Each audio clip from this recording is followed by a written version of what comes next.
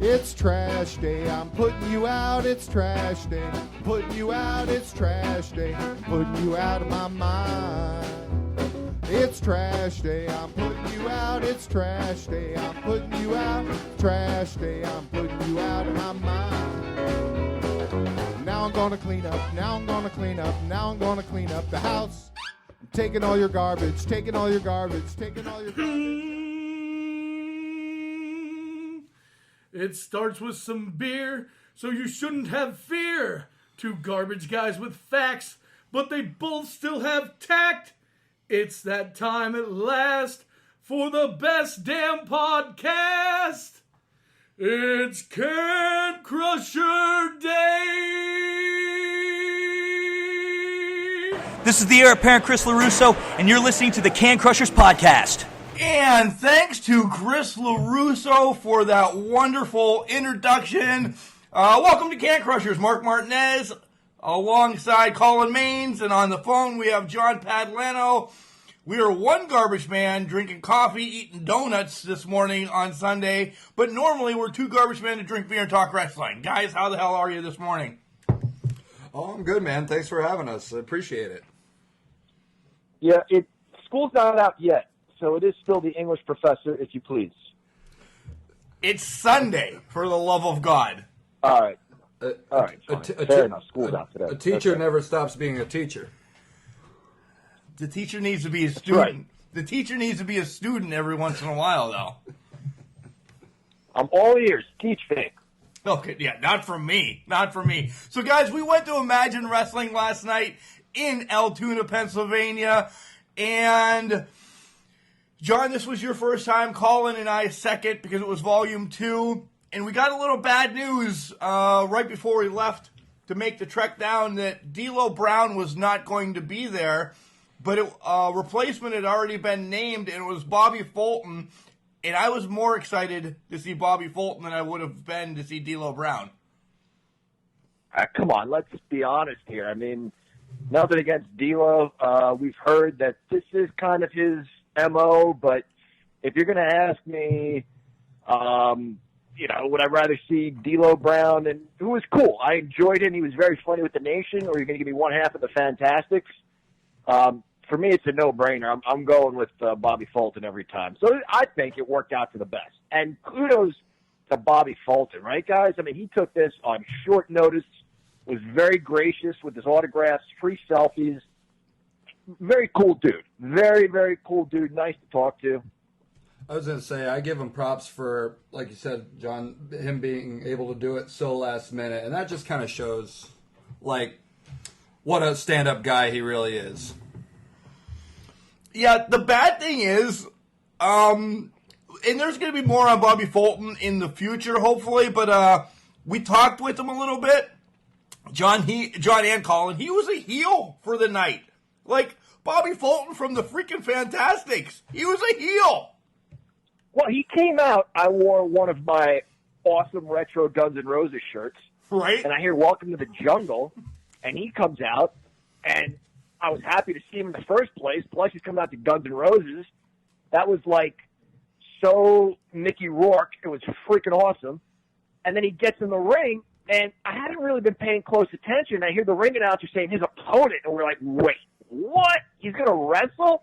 And I mean, absolutely no disrespect, as disrespectful as this sounds. I just was surprised he was getting in the ring. But I was more surprised by how much fun the match was. And we'll get to intermission in a minute, but when I had a chance to talk to him, I said, I know this sounds cliche when the fans say you still got it, but you do. You still have it. It really was a fun match. I didn't know whether to love him or hate him. He's making fun of Pittsburgh. He's trying to put the Cleveland Browns over. He's making fun of the crowd. But then he would do the Fantastic Strut. I didn't know what to do. He had me feeling mixed emotions. Well, I was going to say, John, to cap off like you said there's a bunch of old-time wrestlers who it still surprised you how good they can go, and he had a really good match. Yeah, guys, we'll say who his opponent was for the love of Pete. His name was Patrick Hayes. The poor guy's not getting any love. Well, he took on Patrick Hayes, and when we talked to Cato at the end of the show, a lot has changed in the lineup for tonight. So Patrick really needed somebody to fight, and Bobby Fulton came out, and as John said, and Colin, but just an old school heel. Like, he had something stuck in his tights. He played every heel move that you possibly could, and it was amazing. I'd say making fun of, like, the local cities, the surrounding areas, get the crowd fired up. You know, traditional heel stuff. He had the foreign object in his shirt pocket. He had it in his hand. He had it in his mouth. Just fun stuff. Raking the eyes, choking. How many times have we said this? And I know sports evolve, and I am the first willing to confess, maybe what entertains me doesn't entertain a younger crowd. This was just a good, entertaining match. He was getting major heat from the crowd by doing all these dirty tactics. And then you get the babyface mounting his comeback. You know, it's not too hard. It's maybe formulaic, but it works. It's fun to watch. Yeah, I want to back up a minute, guys, as my horrible notes. We forgot to say that Zubov was inducted into the Circle of Excellence. Again, this is the second person that has now been inducted into the Circle of Excellence for Imagine Wrestling. And we really didn't hear Zubov because this is when the microphones decided to start cutting out. Yeah, we had some technical issues, and we'll get to that. Yeah. But I'm going to be honest, I almost kind of forgot about that part. Probably because it was so early on in the show, and I was still so full from Al's Tavern, and shout out for them. But not that it was bad, but, you know, the rest of the night kind of overtook that. Yeah, the matches were definitely good, especially with Hayes and Fulton kicking off the night. And plus, I think you factor in maybe some mic issues. Unfortunately, since we didn't write it down, that opening segment was maybe forgotten a little bit. Yeah. Let's rewind again because we always do the shout out where we eat. Damn, Al's Tavern just has great food. They gave us nothing for this. We actually paid them a hell of a lot of money after what we ate there. But guys, if you're going to be in Altoona, Pennsylvania, look it up. It's Al's Tavern. The burgers there are amazing. They're excellent. There's always cold beer on tap. I would not regret going there again this afternoon with the wife and kids. It's a great place. Say it's one of those places that's worth every penny. I had a salad because I'm cornered that way and I'm trying to watch my figure. But the salad was great. The salad was great. I got my protein from a medium rare steak that was on the salad. Say he was the only one attempting to eat healthy that night. Yeah, I tried. Yeah, but then this is. I actually was wanted to talk to you about this, Colin, on the way home. I know right where you're going with this. This jackass is eating healthy, and we're not at Imagine Arena or whatever we're going to call this place. 2 minutes, and he's wolfing down 2 candy bars before the show even starts. Just like man beast, just stuffing them in his mouth. Healthy my ass. I was thinking also at the end he had 3 pieces of pizza. Afterwards! Listen, I bought pizza for you guys. I bought pizza with you in mind. I thought I'll treat my buddies to a slice. And you guys were like, no, I'm good. No, really. What am I going to do? I got 3 slices in front of me. All right, say now I feel like a dick. I don't. You could have said, dude, you just said, do you want a piece? And I'm like, no, I'm good. You didn't say, hey, I really want you to eat a piece. Because after I said no, one was swallowed whole. Yeah, all right. Yeah, I just kind of shrugged. Like, oh, all right, it's fine. I'll eat them. That's fine. All right. I'm still figuring things out. Okay, Yeah. Go ahead. Yeah, so your diet yesterday went down to shitter real fast. Done. I got on the scale this morning, though, and I am 8 pounds less than I was a couple of weeks ago. Nice, man. This is getting off course. We're getting off course here. Go ahead, Mark. It could have been 12, though, probably. Probably right. All right. Second match of the night is actually probably one of my favorite matches. We see these guys when we go to IWC all the time. They're two recent graduates from the Iron City Wrestling Academy, and it pits Stevie LaBelle against Mandime. And I'll let John start this match, and then we'll bounce the call in. So go ahead. All right. I'm sorry. We got to mention Hayes got the win. I don't think we mentioned that. Where are we today? No. All right. Yeah, we're kind of bouncing all over the place. Yeah. Okay. Opening match, Hayes got the win over Bobby Fulton. All right. Okay. Now, Mandime, he's really got some charisma. He's a good-looking guy. We see him at IWC. He's usually part of an entourage of Katie Arquette. This was kind of his moment to shine at Imagine. I like him, man. He's a lot of fun. He's even got a catchphrase now, Dime Time. Very good athlete. I was to say, I really liked his heel persona. I thought it worked really well, especially following what Bobby did was a little tough, but I think he managed. Yeah, Mandime, out of the class that graduated last year from Iron City, I love him. I don't want to get off course too much about talking about the rest of them, but Mandime, he just has that shtick of... I think he needs to be a little more dastardly, though. But overall, he just has it. He's got the look. He's a good-looking dude, fit and everything. And he just sells himself as a sex addict or, a sex fiend or, something because he's, that Mandime. So I love it. He's from nearby Intercourse, Pennsylvania. Yeah, close to Blue Balls as well. Those are real towns in Pennsylvania, by the way, you guys. For those of you not in our state, Blue Ball and Intercourse. Right. They really and Paradise. Paradise is right in between Blue Ball and Intercourse. I say I've lived in Pennsylvania my entire life, and I never knew that. Really? Yep. Never. There's a place called Shamokin, too. Barry Horowitz was there. No, never even heard of that. Shows what little bubble I'm in. Oh, wow. Bradford and Sheffield. That's it.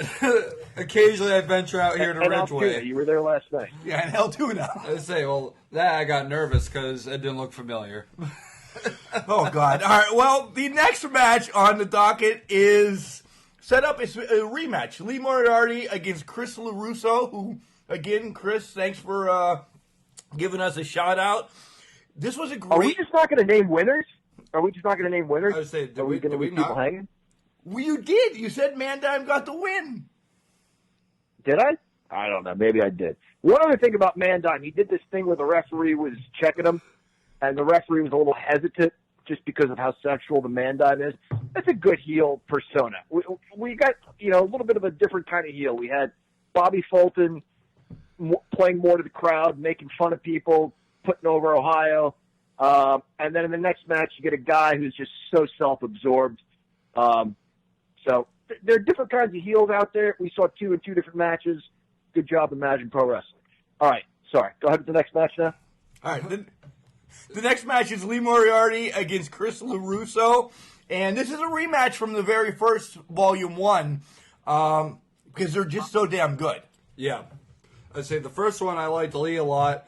He had a stick, though, that... he didn't really play up too much this one. I think, wasn't he, screaming, shut up?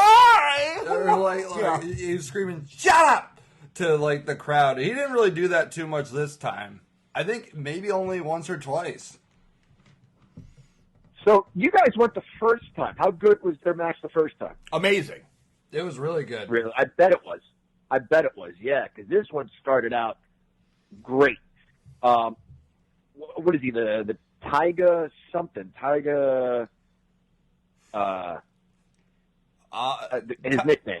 Oh, King of Tyga Style. Tyga Style, but he spells it Taiga.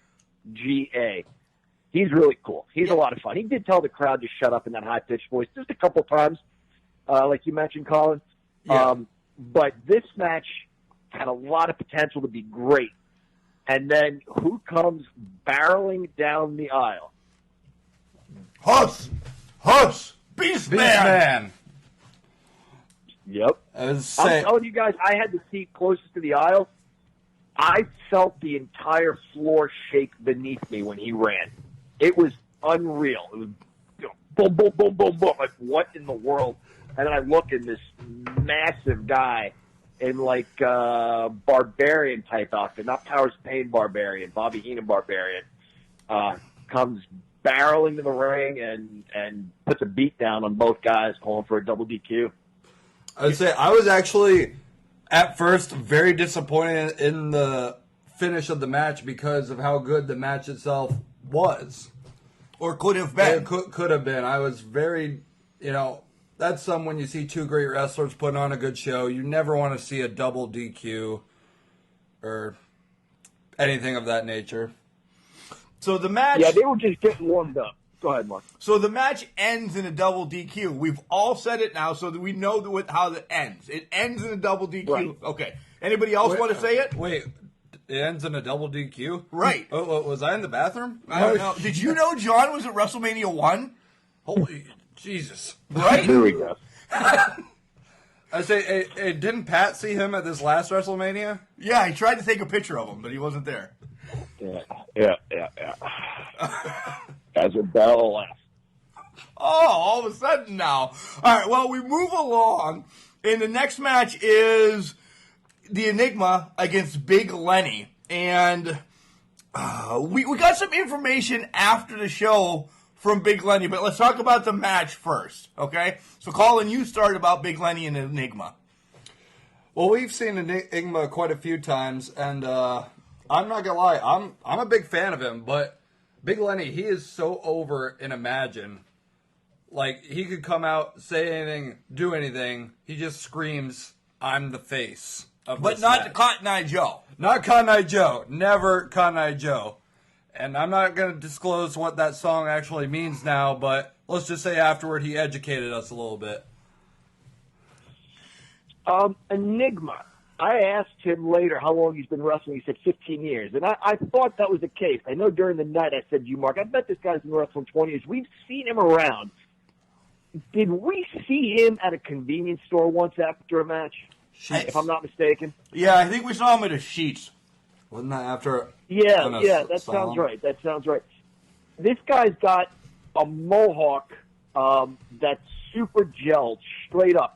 It's not as long as it used to be. That you remember, Mark, when we first saw him, I'm not even joking. This thing had to be 2 feet off his head straight up. Yeah. It didn't move. It didn't move Last during night, matches either. Yeah. Last night it was considerably shorter than maybe what we've seen in the past. But he's got his face painted. He's got, like I said, this crazy mohawk. He's a bit of a weirdo. Lenny, I'm sorry. I instantly thought Hillbilly Jim, from the overalls to the black boots that the Hulkster gave him, to the Dozy Doan in the ring, to the big hat. This guy, to the smile and then the cheekbones and everything. This guy was Imagine's version of Hillbilly Jim. Nothing wrong with that. Guy was a lot of fun. Definitely over. Local guy. It was a fun match. It was a fun match, but I wasn't a fan of how it ended. yeah. Back-to-back matches like this is where we'll get critical now. Back-to-back matches, one with a double DQ that, more to come on that later, and then Enigma just leaves and gets a 10 count. But as he leaves, he decides to come back, and they had a little more shtick afterwards that I would have liked the false finish there to add 5 more minutes, have the ref, Earthquake ref, say, hey, this is, we're going to restart this match and, get a true winner because nobody wants to see a count-out victory. But it ends up not happening as Enigma just runs around the ring and bails, and Big Lenny follows suit. I'd say I think that was part of my disappointment. Number one, not to bring it up again, seeing the double DQ beforehand and then seeing, a count out. At one point I looked at you and I was just kind of like, oh man, like, come on, like, Come on, man! come on, man. I'm going to disagree with both of you guys. I'm going to make 2 quick points here. To your point, years ago we saw Mabel and Jeff Jarrett, and that ended in a countout, Mark. I don't remember. Mabel went to squash Jarrett against the ring post, missed, hit the ring post, knocked himself down. Jarrett jumped in, got a 10 count. He's like, no, I can beat this guy. I can pin him. Start the match. Mabel comes back in, body slams, squashes him, 1, 2, 3. Now Mabel wins. Crowd's happy. And the second point I want to make is, you're not going to believe this. I was just thinking, while he was outside the ring, while the Enigma was outside the ring, I thought, man, we haven't seen a count out in a long time. Just a heel quitting and walking away. And then that's what happened. So I was okay with it. It's something different. He came back. I thought, they're going to give 5 more minutes. And then I said to you, Mark, I said, he's going to walk out and it's going to piss off the crowd, and it's the right thing to do. Leave it hanging a little bit. It's okay to leave the crowd hanging a little bit. Had he come back in, maybe gotten a big boot and got pinned, would that have been good? Yeah, that would have been good. But him coming back and brawling a little bit and thinking about coming in and then leaving, great heel tactic, left the crowd hanging, got him a little bit mad. I was more than okay with it. I liked it. All right. Well, that's good. I'd say you made a fair point. Yeah, I'll give you your props. We'll save this donut out in the kitchen for you, so you can have that when you come back next time. Thank you. So after this match, it's announced that we're going to have a 3-way main event. It's going to be Lee Moriarty, Chris LaRusso, and Hus Beastman is set up for the main event, and I'm excited for this. I love Beastman's stuff, his work, everything. And we'll get into it, he is just so damn good. So it's now time for intermission. And this is when we get to meet Bobby Fulton, and I'll let John run with this. Well, you owe me the picture. You took a picture of me and Bobby with your phone, and I texted you this morning, so you haven't sent it to me yet. So I want my picture with Bobby. He was really nice. He was really, really nice. And as I mentioned earlier, that's when I told him, I said, look, I know it's a cliche, but man, that was a lot of fun. You do still have it. I was surprised. He was very nice. He was very appreciative. I said, I had no idea you could work that way. No idea. You had me torn. I didn't know whether to love you based on my memories of you or whether to hate you based on what you were doing tonight. And he filled us in, Mark, on what was maybe supposed to happen. The Rock and Roll Express and the Fantastics were going to have a little feud. They were going to turn the Fantastics heel after their program with the Sheepherders was over. And then was it Ricky or Robert left? I want to say Robert Gibson.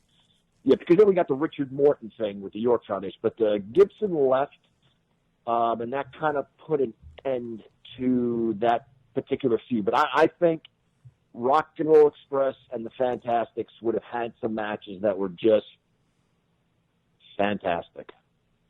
That you couldn't use any other word. Phenomenal, awesome, fantastic, magnificent. Nothing? They would have some fantastic match. Great. That gets used a lot, though. Right. That gets used a lot. Right. So, yeah, I was really, really pumped to hear about that. And, of course, me doing my shtick, gave him a card.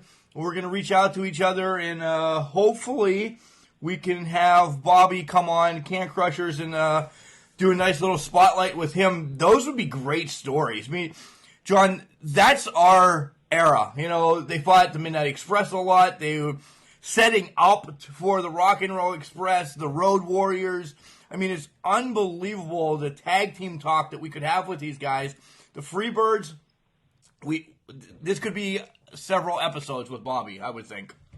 Well, I was actually... Yeah. Go ahead, Colin. I'm sorry. I'd say I looked up stuff about Bobby last night just out of curiosity because you guys knew him better than I did from that era.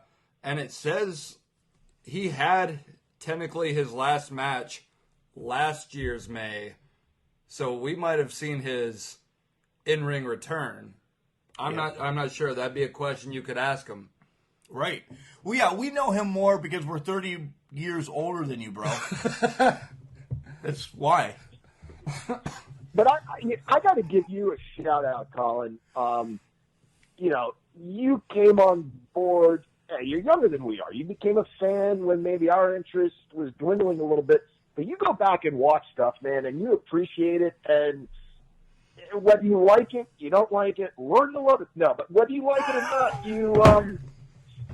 you can understand why others appreciate it. You can understand why we like it. So kudos to you, man, for going back and watching that sort of stuff. And Mark and I will go back and watch stuff from the 40s and 50s because we just love this so damn much. I would say, John, thank you for that shout out. I actually think that was the first kind thing said about me on this show. So thank you very much. and sure as shit, it's not going to be for me. So. No, I didn't want to say that. You did. Thanks for the pick, Mark. It just popped up on my phone. You're the man. Look at me and Bobby Fulton. Great. I got a little praise during halftime as well, intermission, whatever you want to call it. Oh, here he goes again on his thing. On my high horse, the ring announcer comes over and he says, "Dude, I really love your podcast." And I'm like, "Yeah." I don't know who these other guys are with me, but thanks. It's my podcast, so thanks. I do everything. So no, You do. It is your world, man. No, it's along for the ride. No. That's just being a complete heel. I couldn't do this without these jackasses with me. And I say that nicely. They know I'm harsh sometimes, but I love them so. All right, back to wrestling because this is just. Look, we're just here to get rich, man. We're here to ride your coattails and get rich with you. Don't get it twisted. Ride it till the wheels fall off, and that's the last thing I'm going to say, so we can get back to wrestling, so we can stop making out with each other. Yeah, buddy. All right, so we're after intermission,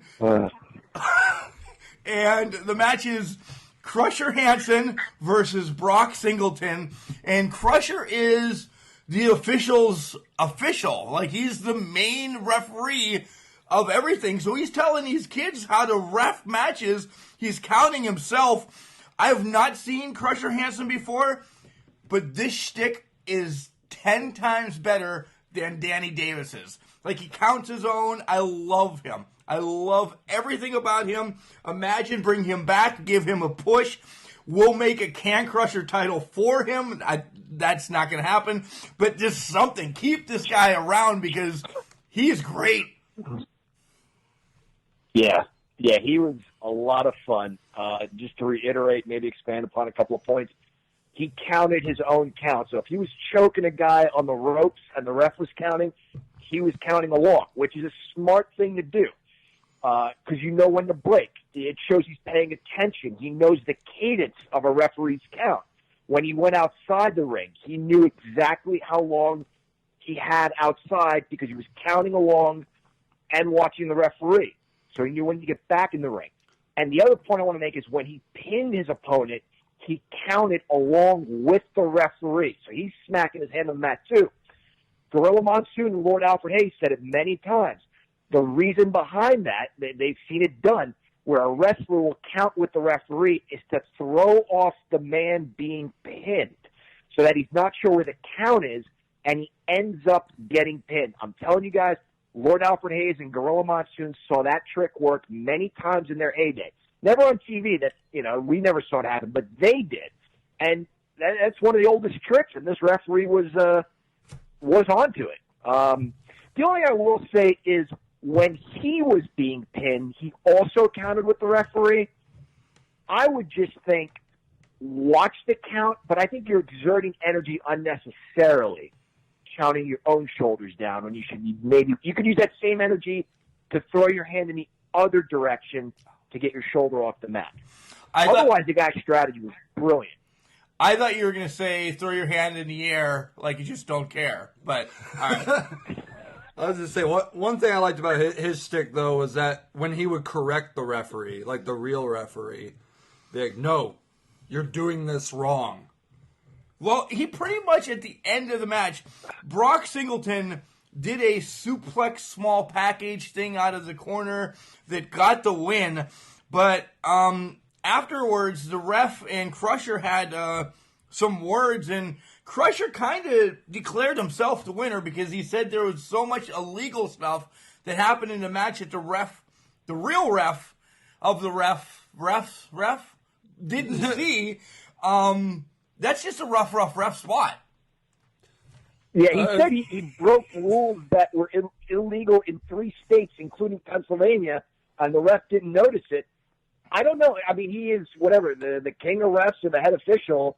I imagine he can reverse that decision, right? He declared himself the winner. I was going to say, and then after he declared himself the winner, we had another kind of return from earlier in the evening. Wasn't it? Didn't Big Lenny come out? Big Lenny did come out because he was bullying the ref. And one thing Big Lenny does not like is bullying. Yeah, he does not like bullies. So maybe this sets up for the next Volume 3 match could happen. You know, we don't know yet. Yeah. Well, he told him, you want to bully anybody, bully me. And the king of refs took a walk, and Big Lenny said, you're just like all bullies. You're a coward. Quick point, at the beginning of the match, the Crusher was checking his opponent. Have you ever seen a ref check someone as thoroughly? And nothing against any of the legends, Dick Worley, Tommy Young. A lot of times it's like, lift your foot up, lift your foot up. Earl Hebner. This guy checked, Earl Hebner, thank you. This guy checked thoroughly. No one is getting a foreign object in the match if this guy is the ref. Sorry, Bobby Fulton, you knew all the tricks of the trade. That foreign object you had would not have gotten past this guy. Well, to reverse the Bobby Fulton thing, we did not say where the foreign object came from. He didn't bring it into the ring. His assistant or manager. His assistant brought it to the ring and kind of slid it in when the ref was turned around, and then he just used it, and then he got it into the trunks, his mouth, every place in between as well. So, yeah, great point. No, you can't get one over on Bobby Fulton. You guys are absolutely right. I forgot about that. He didn't bring it into the ring with him. Good point. So next up is the tag team match of the night, and it's for the Black Craft Tag Team Championships. It's the main event against Jimmy the Hippie and a Can Crusher Spotlight alum, Manny Fernandez. The Raging Bull. Colin said that. Oh, I missed it. I said it too. Mark, explain, because I don't know. I don't know if you know. What are the Black Craft Tag Team Championships? Where do they operate? Thanks. Is it a different promotion? It is a different promotion, yes. I don't know. I think it's Pittsburgh, in between Pittsburgh, West Virginia based, kind of. But main event, their down and dirty tactics just has them winning. They're always locked and loaded when they come to winning tag team titles. Yep. Good job, Mark. Thanks. So you're welcome. You set it up. It was a softball. I had to. I just want to say, go ahead. I think this was quite a random pairing of tag team partners with Jimmy the Hippie and Manny Fernandez, and I didn't know what to think at first. Well, before go ahead, Mark. Before it was supposed to be Jimmy the Hippie and Bill Collier, but Bill Collier had some issues and he had to pull out long ago. He didn't ditch like some other people. Yeah, the day before or the day of or anything. So, but that's just to cover Bill.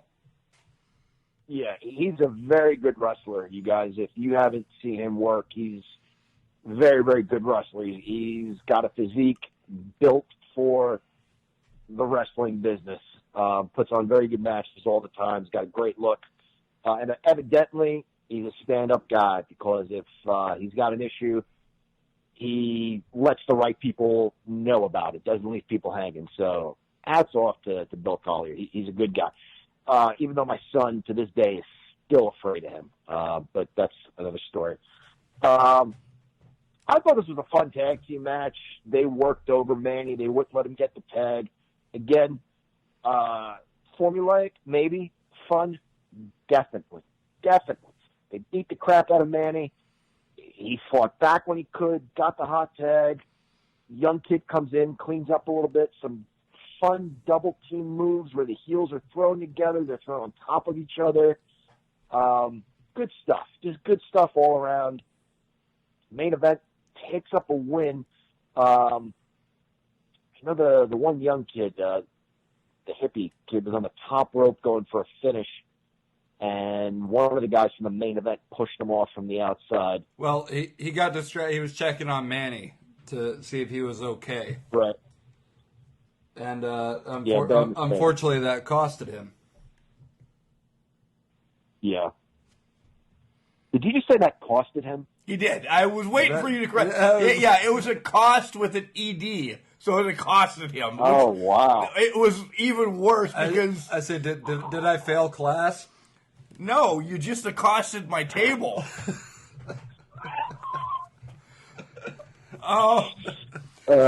So the main event wins the tag team match, and now we move along to the main event of the evening, which is a three-way match between Beastman Chris LaRusso and Lee Moriarty. And there's a stipulation to this. The winner of this match will be in the Heavyweight Championship Tournament, which will be taking place June 22nd, same place, for Imagine Wrestling Volume 3.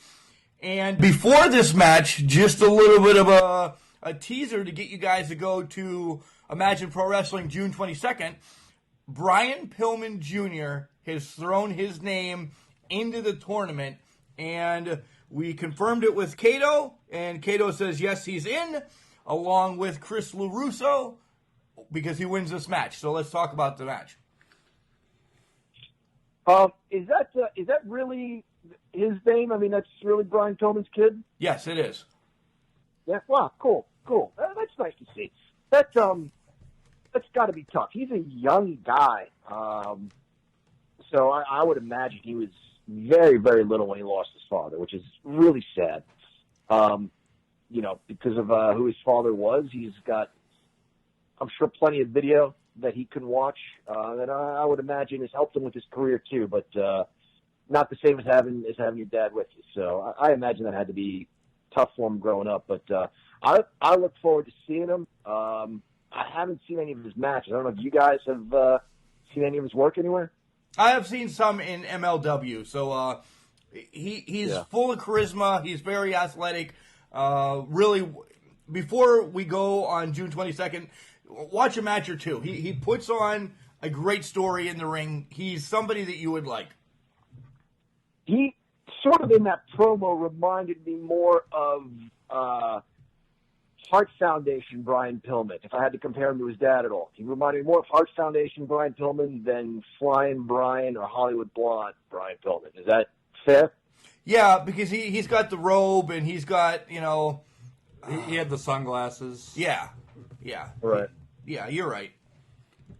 Okay, all right.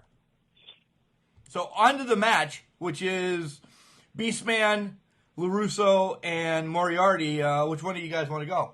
I say, I just want to say the kid to my left must have been Lee Moriarty's #1 fan, because he just would not stop screaming for him. And it was kind of cool to see a kid screaming for a heel. Yeah, it was. Because Lee is a heel in Imagine. Yeah. He's not. He is. Obviously, was a heel telling fans to shut up, and he had the earmuffs so that he didn't hear them. Almost too charismatic to be hated. I couldn't hate this guy. Too good of an athlete. Too much fun to watch. Kind of hard for me to accept him as a bad guy. I say he's kind of, to me, one of those heels that you just love to watch. Like, you can't take your eyes off him. Well, I think, jumping in, I think with the Beastman now thrown into this match, and the Beastman is 100% the heel of heels in Imagine. Yeah. But he's over, like, nobody's business. Like, everybody loves him. I think Lee kind of transitioned In between, during the night. He kind of got stuck in a weird, kind of interesting limbo of heel and face. Right. Because then you had Chris, who was 100%. The king of Altoona. The king of Altoona. He was 100% face here. You had Beastman, who was 100% the heel of the match and Imagine Wrestling. And then you had Lee Moriarty kind of stuck in the middle. Go ahead, John. Yeah, I agree. I think, like, if you look at heels over the course of wrestling history, some have been very, very charismatic. Some have been fun to watch. To the point where you like them, but then they'll always do something, getting back to the beginning, you know? Bobby Fulton still had that fantastic strut looking just as good as it did 30 or 40 years ago. So you're like, yeah, that's awesome. And then he sticks a thumb in the guy's eye. You're like, oh, man. So this guy was almost too good of an athlete to hate. Are you both happy with the finish? They kind of teamed up a little bit, Moriarty and LaRusso, to take down the big guy, knock him out. Moriarty ends up on the outside, and LaRusso gets the pin on Beastman to, like I said, get his way into this tournament. Are you guys happy seeing LaRusso, King of Altoona, in the tournament? I'd say I was satisfied. Go ahead. Go ahead, John. I was too. I was more than okay with it. I thought it was a great finish. It made sense. Lee did this sort of, for lack of a better term, just to give people a visual, phenomenal forearm type move. You know how AJ Styles grabs the ropes, jumps up, and bounces off. It was sort of a go for broke towards the end of the match. Told a great story. You could just see he thought, I've got to go after this right now. He did. Unfortunately, caught the heel of LaRusso's foot in his mouth, and it knocked him out of the ring. And then LaRusso got the pin on Beastman. But it worked well. It showed that this guy knew now was the time to strike. Just didn't work out for him. So I think it made perfect sense. Ended in a way that sent the fans home happy. Well, I was going to say, I think this was a very solid triple threat match. I mean, we've all seen some really great ones on TV and in person, but we've also seen some bad Snoozers. ones. Yeah, we've seen some bad ones that kind of made no sense. And this, nothing against the main event and Manny and Jimmy the Hippie, but this was the first match of the night to me for it to like mean something. Something was on the line for one of these three, you know, to be a part of the tournament. Right. Right. Yeah, I agree. This is the biggest match of the night. And also, all three of their styles are different, but it worked together so good. Yeah, and they were all, there was nobody just laying. To Colin's point, there was nobody just laying around for 10 minutes as the other two fought, where, you know, they were all, yeah, you maybe took a breather, but it was because you just got chokeslammed to hell or whatever. So it told, again, I always say this, in that match, Tiger style, Chris LaRusso style, Beastman style, all told a good story. Thank you. Absolutely. I agree. There was a point where Beastman was outside the ring early on. I thought, oh, man, he's going to lie there. And then these other two guys are going to get to have the match that they didn't have earlier. What's the point of this triple threat? That wasn't the case. He got back up. He got in there. And they tried their own styles with him, and he no-sold a lot. You know, LaRusso's trying to punch him, trying to chop him, trying to move him, and he just can't. Lee's trying to do some high-flying stuff. He's getting caught, slammed on the ring apron. There was a point where he, I don't know if it was sort of a rock bottom or a choke slam, but he turned this guy inside out to the point where when he landed, one of his arms was behind him in a way that an arm should not be behind the person. It looked like he just was launched out of a cannon. I mean, it looked painful. It was bad. It kind of reminded me of the finish that the Monster Abyss had. Like the Black to Hell or Yeah. Excuse me. Well, guys, we did get to, after the event, we did get to go backstage and talk to Kato. So let's throw that in real quick, and then the three of us will be right back. And we're backstage with Kato of Imagine Pro Wrestling again. Kato, you had some obstacles coming in tonight. Great turnout, way to throw this show together. And I know that some of these guys have some questions. John and Colin are here as well.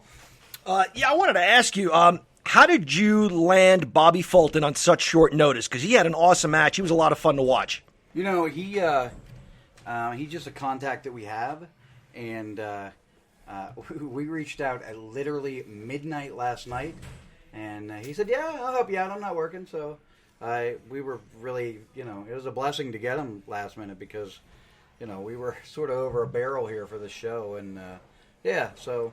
It was nice to get him. What a great heel match, and we ended up talking to him a little bit. We're going to have more to come with Bobby Fulton in time, but he told us a little bit about how the Fantastics were going to turn, but the Rock and Roll Express left so quick. So I'm going to save that for that story then, but thank you for bringing him.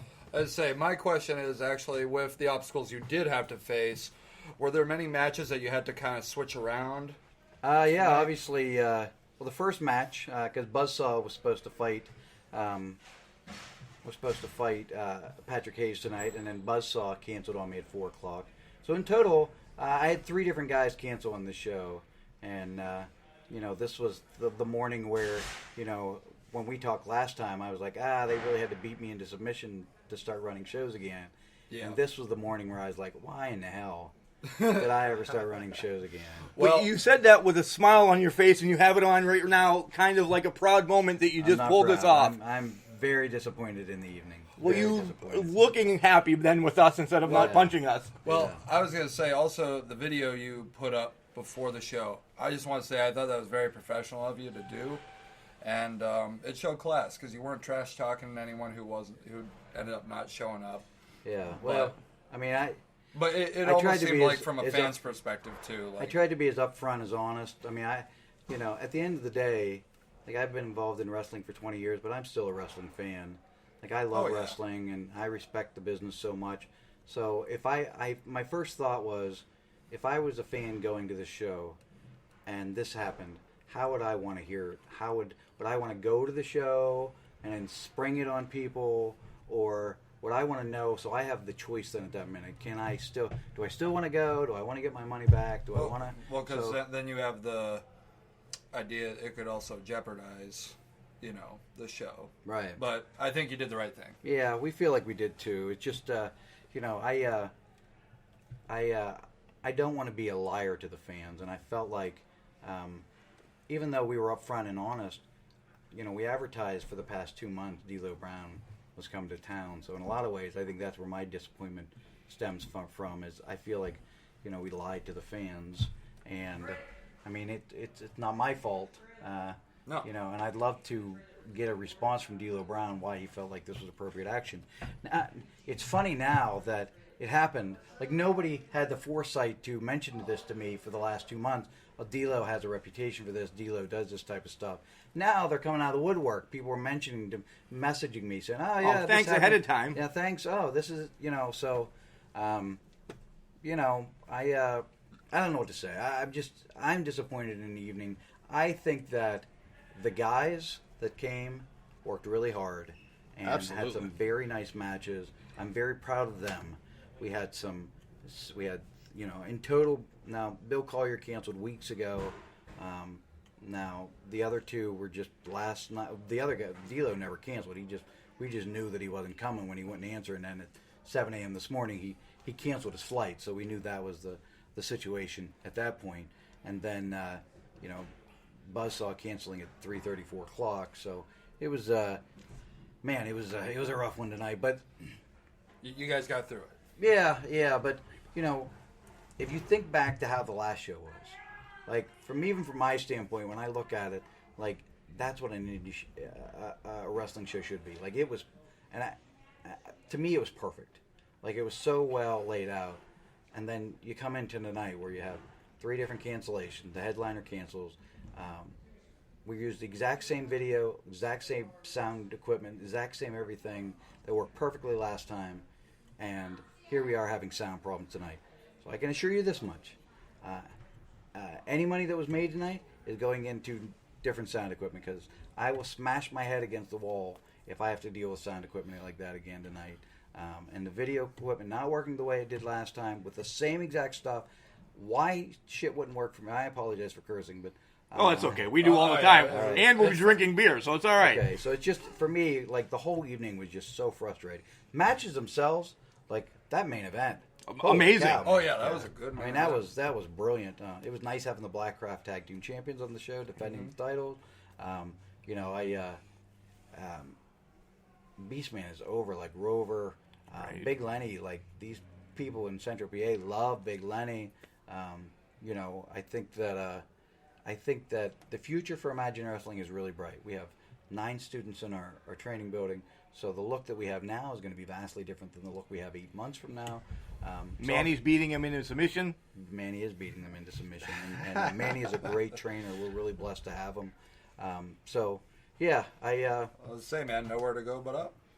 Well, we got to go off from this. All right, so Gotta let's go. rebound. Let's rebound. June 22nd, you've already announced Brian Pillman Jr. Yeah. From MLW is going to be in Altoona. Right. That's He's big. in the tournament. Chris LaRusso's in the tournament. You have 2 more. Tell us. Okay. Patrick Hayes is in the tournament. All right? Whew. And I know the 4th one, but do I tell you? Or do you just want to leak it out on I never thought I'd get the 3rd one, so I'm happy with that. Yeah. Yeah, that was easy. The 4th one's a pretty big one, so let's wait. All right. All right. Is it a one-night tournament? It's a one-night tournament. We're gonna have a I champion. love it. We're gonna That's have a how it ought to be.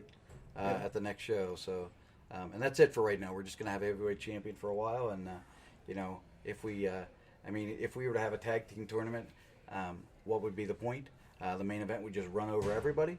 So we got to build up some other teams and get them ready for them. So it's hard to imagine anybody other than the main event being tag team champion. So what's the point of this point? You know what I mean? So Right. but lots of guys have the opportunity to be the heavyweight champion, and I'm anxious to see how the crowd reacts to what we bring them in Volume 3. And then, in case you don't know, we're going to be in Johnstown. I did hear that. I was going to let you roll with July. that. And one of my favorite teams that is linked with OVW as well, the War Kings are going to be down there. Mm-hmm. Animal's going to be there. Yeah. Tell us a little more about that. We're very excited. It's sort of a festival event. So you're going to be able to see cool cars. You're going to be able to see some really cool local bands. And you're going to get to see some really cool wrestling. Imagine Wrestling. Road Warrior Animal is going to be there. Paul Ellering is going to be there.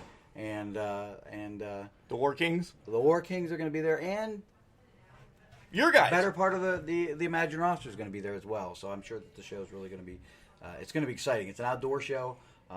Surely to Christ, it can't be hotter at that outdoor show than it was in here tonight. Right? I don't know who was sweating more, the guys in the ring or your referees tonight. Man, it was, They were rough. it was Can't hot. imagine what they were feeling. Yeah, so it might really be interesting come June here how hot it's going to be. That's old school, man. Yeah. That's fine. Yeah. Yeah. So, but I mean, I can't emphasize enough. Like, the crowd was so great and so forgiving of what they could have really turned on us and been like, "Oh, you wanted D'Lo and you promised us D'Lo," and they weren't, man. They were great. I mean, the crowd. It was really nice what Chris said at the end there. Yeah. Yeah, I love Chris. I don't know if you know Chris, but Oh, very we well, know but, Chris. He's an IWC guy. Yeah. Now he's a head trainer there, but I trained Chris. Right. I mean, he came through the school here 16 years ago now, and to be able to feature him in the main event here is really great. So, and seeing him work at Ring of Honor and other places, I mean, it's really great. So I'm really proud and happy, to have such a great friend in Chris LaRusso. So. Not too many people say that, just you. Yeah. I love LaRusso. No, I love LaRusso. He cut a spot for us, so he's a Yeah, good that was guy. really cool. That you're going to use Yeah. all the time. Yeah. So, all right. No other questions? Well, I just wanted to say that the lady who opened the show is really pretty, and I told her that, and hopefully I didn't creep her out. But Yeah, that's my daughter. oh my God. It got Oh, really we'll weird. see you next It got time. really Oh my God, for real? John, we're in the back having an interview with the owner of Imagine Pro Wrestling, and you're trying to get a date with his daughter. I'd say you try to hit on her like, oh my God, she's gorgeous. And then silence for a second, that's my daughter. Yeah. I have this Sickness. connection to, well, I don't know if I'd call it a sickness. I have a connection. I have like a parallelism to Al Pacino that maybe a lot of people don't know. My daughter's birthday is Al Pacino's birthday, and I pulled a Michael Corleone last night. There's a scene in Sicily where John, I know exactly where you're going with this. Yeah, where they're like, wow, we saw this beautiful girl. My friend really liked her. And the owner of the restaurant was like, that's my daughter. Get the hell out of here. So that was kind of that situation. Like, hey, look, I don't know who's your ring announcer, but she's kind of cute. He's like, yep, it's my daughter. And my jaw, I don't want to say my jaw dropped. But I just want to say, your face was priceless. Like, yeah, I wasn't sure if I'm like, is he joking with me or if he's serious? And I'm like, he's serious. And you guys heard how abruptly that interview ended because we wrapped it up and got out of there. I'd say it kind of looked. If I had to describe what your face looked like, just imagine the dial-up sound, like trying to compute. Like, well, is he kidding with me or is he serious? So you guys know what I have to do now by June 22nd. I have to clearly send Kato some, I don't know, maybe some brownies and, I don't know, something to schmooze them over. Some cold brews. Some cold brews. Or just say, the English professor will not be in attendance with us. Your daughter will be safe, so don't worry about that. For the love of God, I'm working a business here, and you're flaunting it around, Val Venus style. All I said was she was very nice. She had a lot of charisma. Afterwards, I said that I'd be out of line if I said I think you're pretty, and she said no. I was like, okay, because you are. She said, well, thank you, and that was it. And then we went in the back and had the interview, and then afterwards I saw she was with a guy, which is fine because I am married. But I guess she kind of, Kato was like, so yeah, these guys. I don't know what he said, and then the guy with her was kind of eyeing me up, and I thought this is going south fast. It's probably just best to wrap things up and call it a night. Yeah, did you get home faster than you got to the arena from Al's Tavern? Because Al's Tavern is literally 3 minutes away from the arena, and it took you half an hour to get there. I'd say, yeah, we were standing outside for quite a long time waiting for you. Like, no matter how many times I put in West 12th, it took me to West Plank. I don't know why. It took me to a plaza clear on the other side of, if it's even still Altoona, I don't know. And until you dropped it to me, no matter what I put into my Maps app, it took me to West Plank. I can't explain it. I don't know why it kept doing that. Well, I don't know. I think the funny part is as soon as we left Al's Tavern, you're like, oh, it's only a minute away. And me and Mark are walking back to our car. We turn around and you're gone. Yeah. Like it was like a magic trick. And Mark looks at his GPS. He's like, oh, it says it's like 5 minutes away. He's like, I wonder where he's going. All right, so let's get our grades for Imagine Pro Wrestling Volume Deuce. As we said, guys, Imagine Pro Wrestling Volume 3, June 22nd. Tickets on sale now. Head over to their website. Brian Pillman's going to be there. As you heard during the interview, Patrick Hayes is the third man, and Kato will release the fourth man.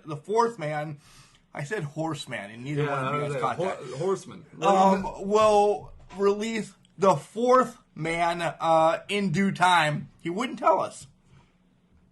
Let's say, I like that he didn't tell us. I like a little bit of a surprise. Me too. Yeah, we were shocked he was so forthcoming with the information he gave us. Right. Especially that it was his daughter. And he even debated on giving us the fourth one. He was like, should I? Shouldn't I? I don't know. Like, all right. Well, let's start with Colin, then we'll go to John, and then I'll end it up with our critique. John, Colin, go ahead. Overall, I thought it was overall a good night.